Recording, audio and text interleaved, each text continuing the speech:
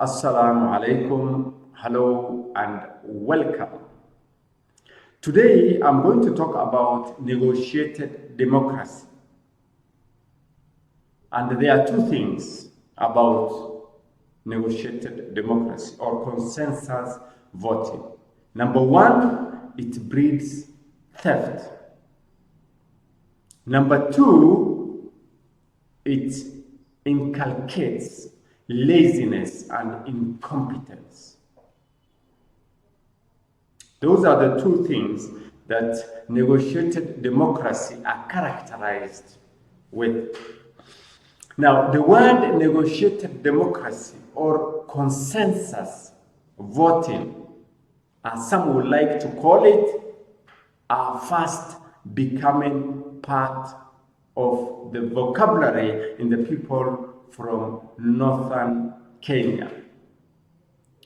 And the rate at which residents of this region, whether by default or by accident, are rejecting this new concept is very surprising.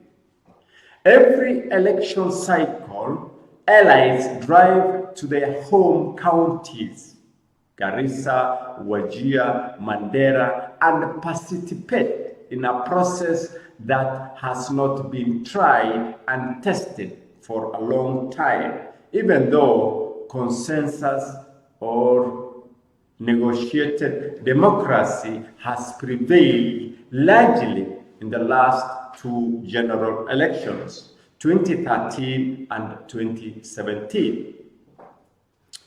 Now, there are proponents and there are people who are against this idea. The proponents and the supporters regard it as a pragmatic association of local interest. But its strongest critiques argue that negotiated democracy is a sanitized system of impunity and corruption with no foundational democratic ideological framework. Now, one of the downsides of negotiated democracy, as argued by its critics, is that the model does not allow people to express themselves as individuals, but only as groups with no common interests. You know, if you are an individual, you vote because of your interest. But if you are a group voting as a bloc with no common interest, this is something that is not going to be sustained in the long term. The other downside is that it has created a situation where there is intimidation and marginalization of entire constituents, including women and minorities, who are coerced or sidelined and forced to take predetermined position in favor of those who are advocating for negotiated democracy. marka ninkii 7 duqeey iyo 10 duqeey rabaan inay baarlamaan geeyaan ama senate ka dhigaan ama governor ka dhigaan maalinta doorashada la ridi kuuraha duqeeyda waa xabad kuuraha reer Garissa waa 24 kun waay asamo sinisame dhalinyarada wax doortaa hooyooyinka wax doortaan culummada wax doortaa odayaasha wax doortaan While devolution sought to improve lives by bringing services closer to the people, negotiated democracy legitimized corruption, cartels, and marginalization to a great extent. This is what is happening. Instead of reaping the fruits of devolution so that services are brought closer to the population, cartels have hijacked this process known as negotiated democracy in favor of themselves, and thus beating the objectives of devolution. In short, it has intensified narrow-minded politics and compromised entrepreneurship, talent, and skills. Now, supporters, those who support negotiated democracy, argue that the system has significantly reduced campaign expenditure. That is right.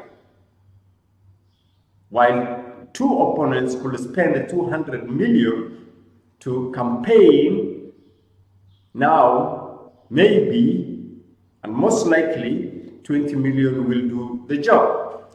Another upside, this is an argument in favor of the proponents of negotiated democracy, is that this system limits friction between communities and clans.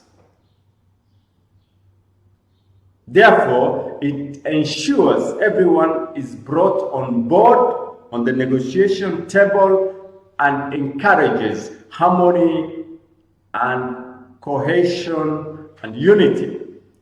But the question is, you bring people together on the negotiation table on the basis of give and take. But negotiated democracy does not advocate for give and take. It is a lie. It is a camouflage for fraud, because you cannot satisfy a whole community or different communities brought on the table that their needs will be met by these limited funds channeled to the counties. You cannot distribute this money to individuals and expect development. This is the fact. But what these people tell the masses is, bring or come together, we are all going to benefit. This one is going to get a job, this one is going to get a contract, this one is going to get a job at the national level. You know, a lot of stories. But when the win comes home, the story is different. Only very few people get benefits. Now, proponents of negotiated democracy, those people who are doing the foot soldiering are the elders, the ugases, the sultans, the professionals, the politicians, very few individuals. Now, these people have turned themselves into entrepreneurs with no background of business, construction, supplies, none. Someone who has never engaged in business comes with a company to construct a project. That is why most of the projects from these regions fail or are never completed. Because this group I've just mentioned, with the exception of few, this group I've mentioned surround the elected politician, whether it's an MP, senator, governor, name it. They surround these people, and these people are literally captured. They cannot maneuver and do any development project for their constituents.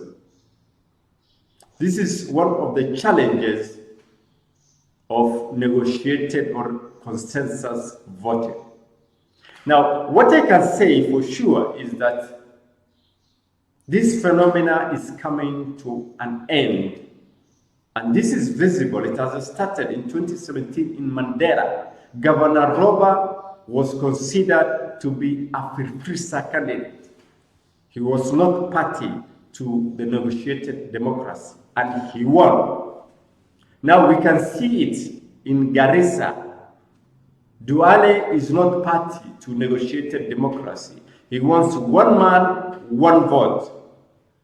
In Wajir, where 2017 there was disaster, a governor was elected on negotiated democracy ticket, and the fruits these people have reaped is disaster.